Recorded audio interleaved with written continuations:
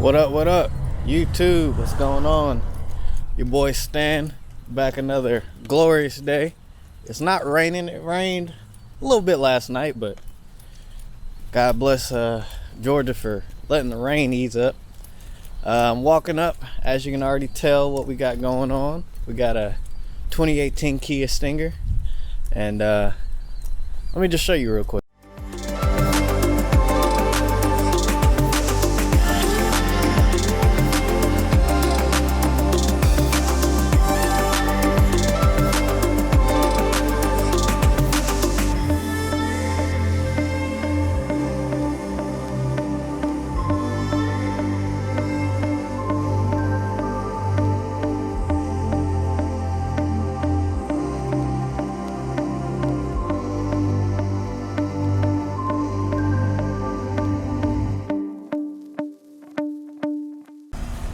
Alright, so we got the Kia Stinger. Like I said, this is a part of my new little series where I take our used vehicles that we get in and I try to give them a review as a second-hand option.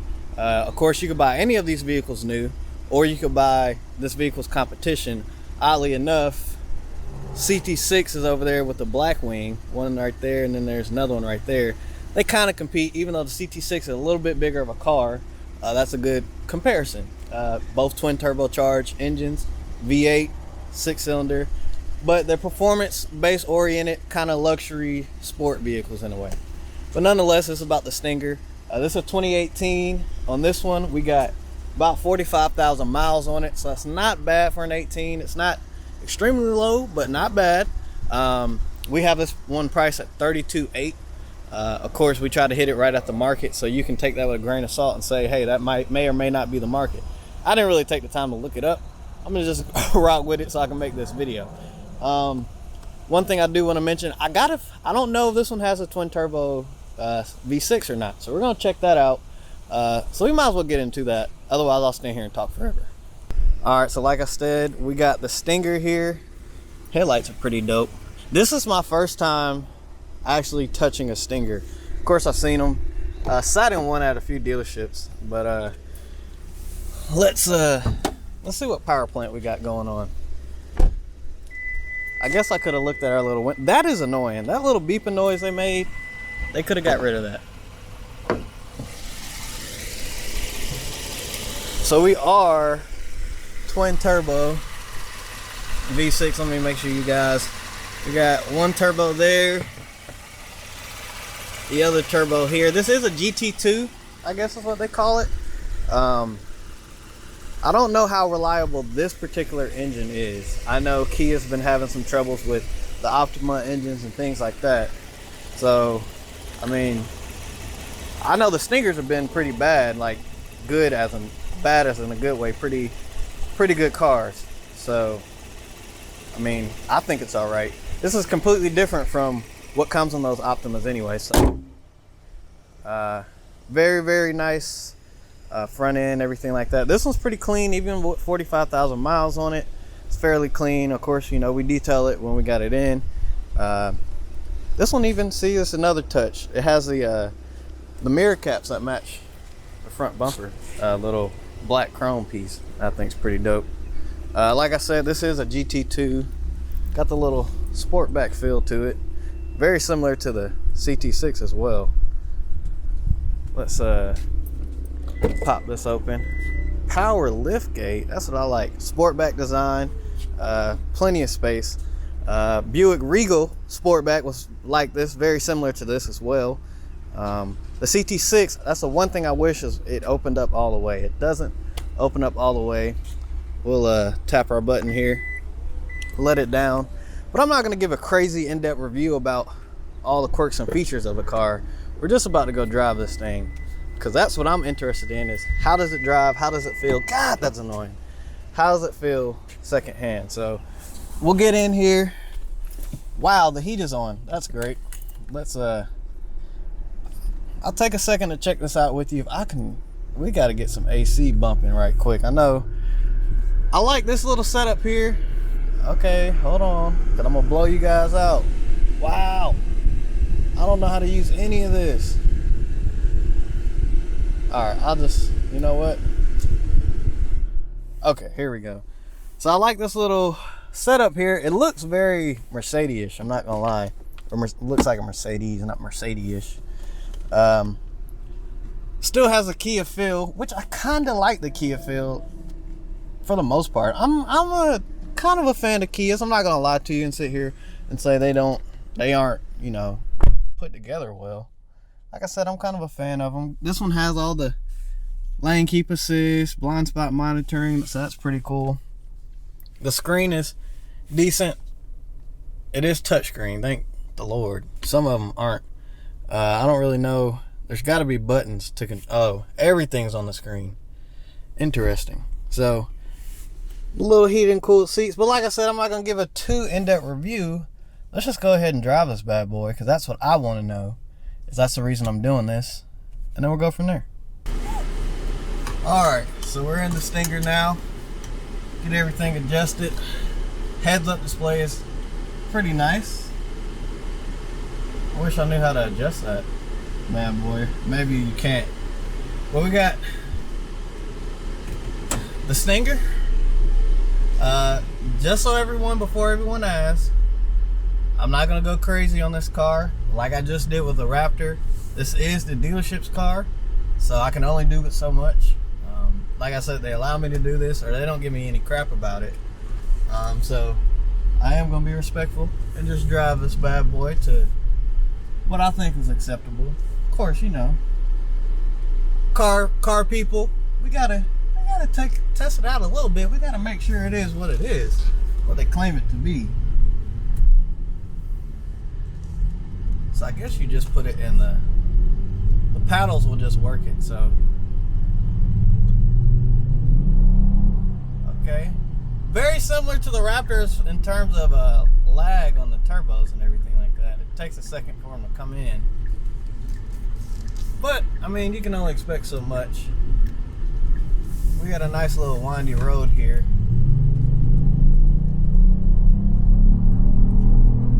Wow. Wow.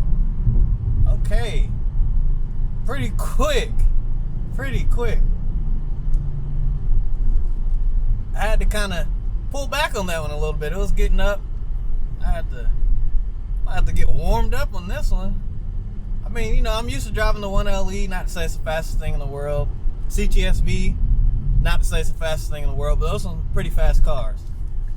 So, one thing a lot of people don't do is respect cars. So I want to respect this as much as I can. But wow, that was way better than I thought. So I'm a 8-speed transmission. There's no 10-speed, unfortunately. It would be pretty dope with a 10-speed. So, alright. Should be. Whoa! Woo! Okay, push me back in the seat a little bit. Push me back in the seat a little bit. I like that. That was pretty good. And the higher RPMs, just like any turbo car, it really gets going. Down low, it's kind of sluggish. But then the higher RPMs, I like that. And it's responsive. I mean, one thing I don't have noticed about this is the pedal travel is real short. I mean, I know it's probably drive-by-wire, electric, you know, throttle body controlled, so it's very, you know, minimal amount of input you have to do to make a big change in, you know, throttle response. But it's kind of weird. You know, I'm used to General Motors stuff, so I guess that's a big difference. But wow, I'm pretty impressed by this for the most part. And then it goes right back to drive out of the paddle shift mode. So it goes back and forth. You don't have to put it in the sport mode. I feel. Maybe I should stop and see, make sure. So I was in comfort mode. Hold on. Alright, so I got it in sport mode now. So this whole time I've been in comfort mode. I got it in sport mode. You gotta use this little dial here. And it kind of has a similar screen to what Dodge has in the Trackhawk. Like I said, I'm not going to show all that stuff, but this is just me talking as I just see it. So it pops up like the performance screen, like I said, like similar to what Dodge has, which I think is pretty cool. So now we're in sport mode. We're in a much better go mode, I want to say. I'm going to hit it. I'm going to go this way. Man, this thing's pretty snappy. I know the turbos play a big part in that, but I do like it.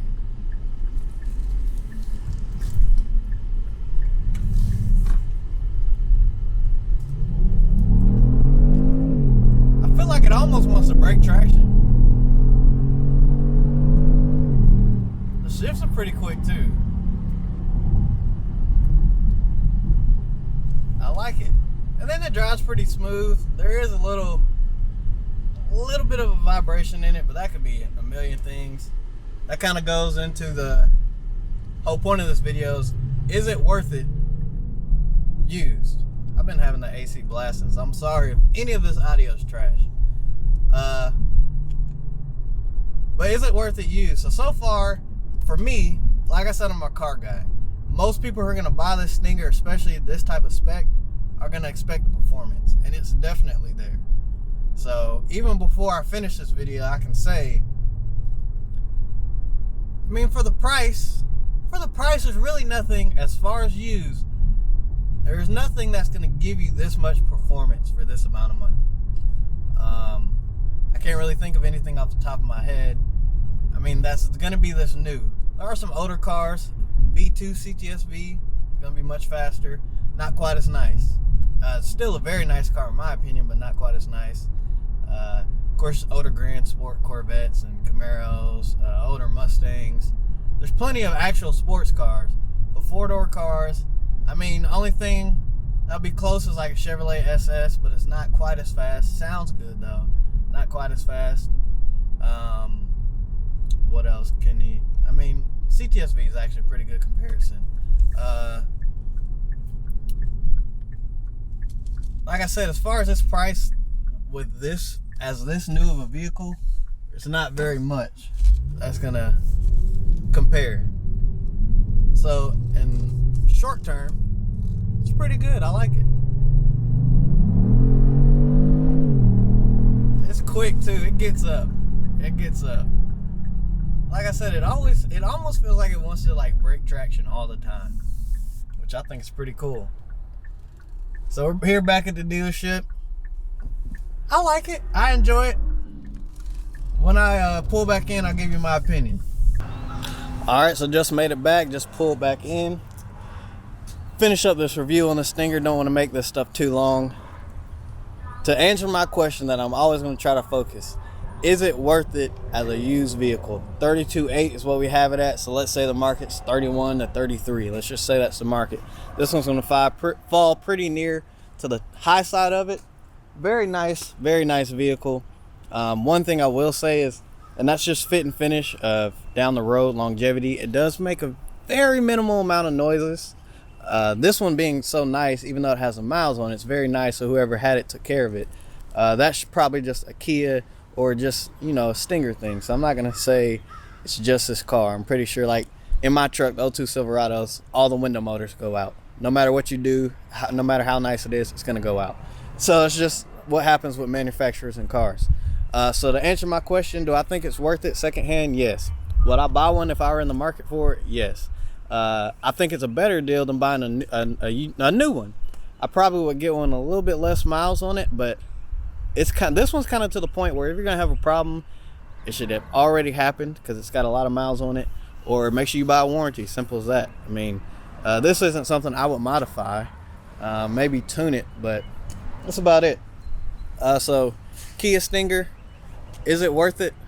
I say yeah, but nonetheless, this is Stan. I hope you liked this video. All my loyal subscribers, I appreciate you guys for watching. If you're new to the channel, give this video a thumbs up. Subscribe, make sure you subscribe. I hope you enjoyed it. If you have any comments, drop them down below as well. But nonetheless, everybody have a good day. I'm gonna stumble right there. But everybody have a good day. Peace.